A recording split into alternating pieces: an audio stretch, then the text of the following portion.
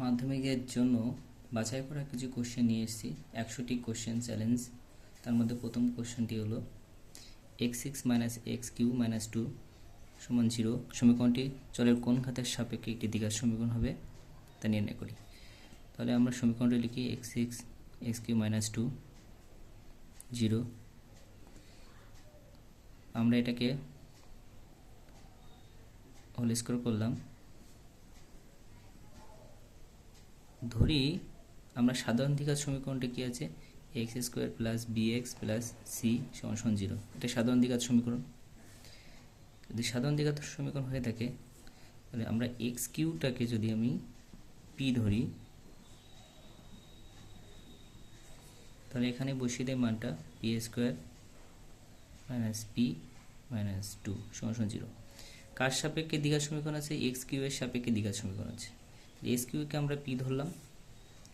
দেখো এখানে x³ এর মান আমি p ধরলাম, p² - p - 2 = 0। তো এটা দ্বিঘাত সমীকরণ ax² + bx + c এই সাধারণ দ্বিঘাত সমীকরণ আকার আছে। তাহলে আমরা লিখতে পারি x³ এর সাপেক্ষে এটি দ্বিঘাত সমীকরণ হবে। যেখানে এসে যাচ্ছে next question a - 2x² + 3x + 5 = 0 সমীকরণটি a এর কোন ঘাতের মানের জন্য দ্বিঘাত সমীকরণ হবে না তা নির্ণয় করি। তাহলে আমরা যদি দ্বিঘাত সমীকরণ যদি তাড়াতে চাই, দ্বিঘাত সমীকরণ হবে না এই সত্য হলে, তাহলে x² এর সহগ 0 হতে হবে। তাহলে ধরি x² এর সহগ 0। তাহলে x² এর সহগ কী হবে? x² এর সহগ সমান 0 হলে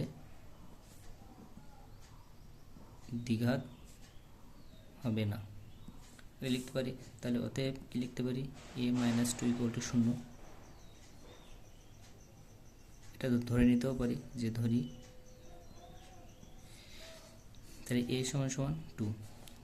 তাহলে a এর মান 2 এর জন্য দ্বিঘাত হবে না, কারণ এখানে এর মানটা যদি এখানে বসানো হয় তাহলে +2 - 2 কেটে গেলে 0 হয়ে যায়। তাহলে এই পার্টটা স্কোয়ার পার্ট থাকবে না, তাহলে দ্বিঘাতও হবে না। তাহলে a = 2 এর জন্য দ্বিঘাত হবে না। এটাই আনসার। নেক্সট কোশ্চেন 42কে এমন দুটি অংশে বিভক্ত করি যাতে এক অংশ অপর অংশের বর্গের সমান। ধরি একটি অংশ সমান x, তাহলে অপর অংশ 42 - x।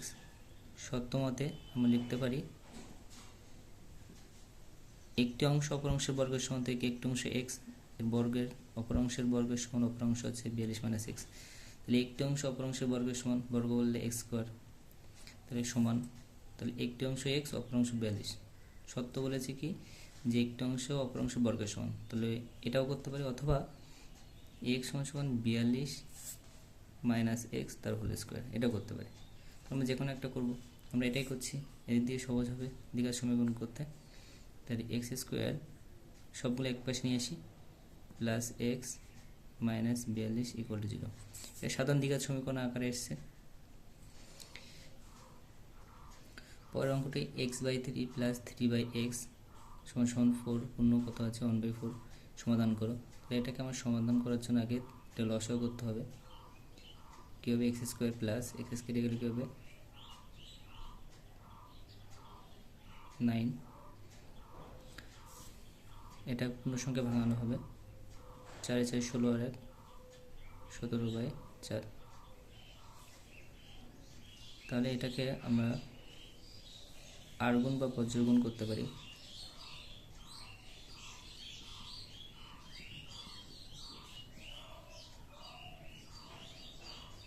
কণাকণি গুণ বা আরগুণ বলতে পারি আমরা এটাকে, এটার সাথে গুণ, এটার সাথে গুণ। তাহলে 4x² + 36 351x। এবার 4x² সবগুলো এক পাশে নিয়ে আসি, -51x + 36 = 0। দেখো এবার পরের পাঠে এটাকে আমরা মিডল টার্ম করতে পারি। 4 × 36 করলে কত হবে? 4 × 36 মিডল টার্ম করার নিয়ম হচ্ছে প্রথমের সংখ্যা এবং শেষ সংখ্যা গুণ করতে হবে। গুণ করার পরে এটা গুণ করলে কত হচ্ছে 144। এটাকে যদি আমরা লসাগু করি 2 72 2 34 2 18 2 9 3 3 9। তাহলে এখানে আমাদের কত হচ্ছে 2 2 4 4 2 8 8 2 16 3 16 48। 48 থেকে যদি আমরা 48 আর 3 যোগ করি তাহলে আমাদের কত হচ্ছে 51 হচ্ছে।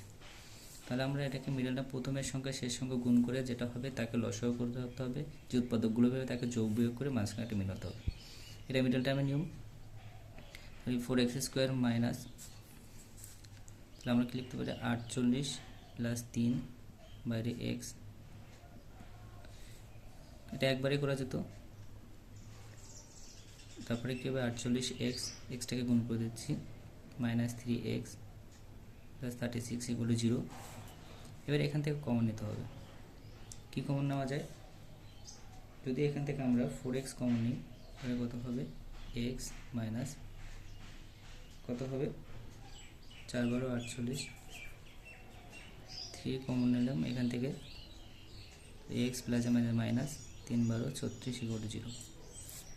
নেক্সট লাইন এখানে করলাম।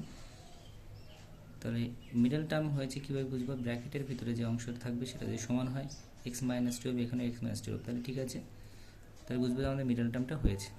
এটা কমন নিলাম, আর 4x মাইনাস 3 = 0। এবার দেখো হয় x - 12 = 0 অথবা 4x - 3 = 0। এটা কি হচ্ছে x = 12 অথবা এটা অথবা দিয়ে করতে পারো। তাহলে 4x = 3 বা x সমান কত হবে 3/4। তাহলে অ্যান্সার কত হবে x সমান আমাদের 12 আর আছে 3/4, এটা অ্যান্সার। পরের অঙ্কটা দেখো x² বাই x = 6 হলে সমীকরণটি বীজদ্বয় কত হবে? এর বীজদ্বয় বলেছে, তাহলে দ্বিঘাত সমীকরণ অবশ্যই দুটো বীজ বের করতে হবে। এখান থেকে কাটলে কিন্তু একটা x এর মান বেরোবে, x = 6 বেরোবে, দুটো উত্তর বেরোবে না। তার জন্য আমাদের কী করতে হবে, x² সমান আর গুণ করতে হবে 6x। এবার এটাকে 0 করে দিলাম, 6x এ পাশে নিয়ে এসে 0 করলাম। এবার এখান থেকে x কমন নিতে হবে,